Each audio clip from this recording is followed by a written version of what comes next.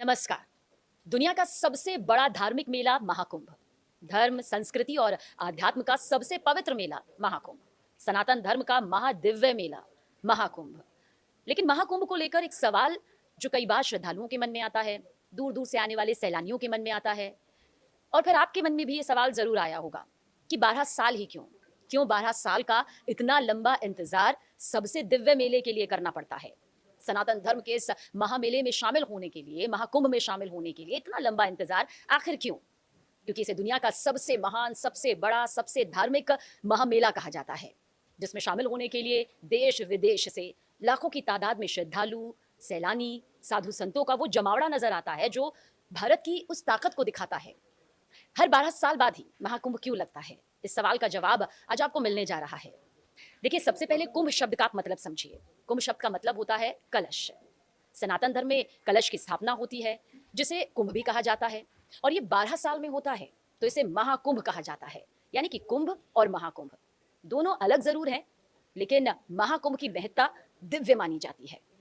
और ये 6 साल में जब यही मुहूर्त आता है, जो हम आगे आपको बताएंगे, हम उसे अर्धकुंभ भी कहते हैं। वैसे कुंभ मेला दो शब्दों यानी कि कुंभ और मेले से मिलकर बना हुआ है। कुंभ नाम अमृत के अमर बर्तन से लिया गया है, जिसका जिक्र प्राचीन वैदिक शास्त्रों में भी मिलता है। और मेला एक संस्कृत शब्द है जिसका अर्थ है इकट्ठा करना या फिर मिलना, यानी कि हो गया महाकुंभ।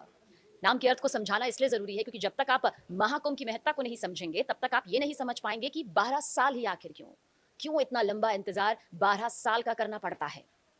देखिए, प्राचीन पुराणों के मुताबिक कुंभ की शुरुआत समुद्र मंथन से आदिकाल से ही हो गई थी। कुंभ मेले का इतिहास उन दिनों से संबंधित है जब देवताओं और राक्षसों ने मिलकर अमरता का अमृत उत्पन्न करने के लिए समुद्र मंथन किया था। यह हमारी पौराणिक कथाओं में मिलता है। आपने कई टीवी सीरियल्स में भी देखा होगा, छोटे और बड़े पर्दों पर भी देखा होगा। ये हमारी मान्यताएं हैं, समुद्र मंथन से जो जुड़ी हुई हैं। और उस वक्त सबसे पहले विष निकला था, जिसे महादेव ने पिया था, जिसके बाद महादेव का जो कंठ है वो नीला पड़ गया था, और उसके बाद उन्हें नीलकंठ के नाम से भी जाना जाता है। अब उसके बाद जब अमृत निकला तो उसे देवताओं ने पी लिया। लेकिन इस बीच की जो कहानी है, इस बीच की जो मान्यता है, उसमें 12 साल का ये पूरा रहस्य छिपा हुआ है।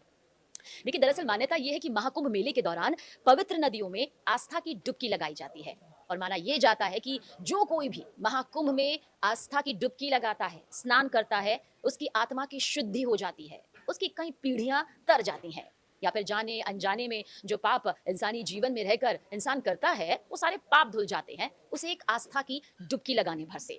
क्योंकि कहा जाता है कि उस दौरान यानी कि जब महाकुंभ चल रहा होता है, तब समस्त जो देवता गण हैं अपना आशीर्वाद अमृत के तौर पर बरसाते हैं। सनातन धर्म में महाकुंभ का विशेष महत्व है।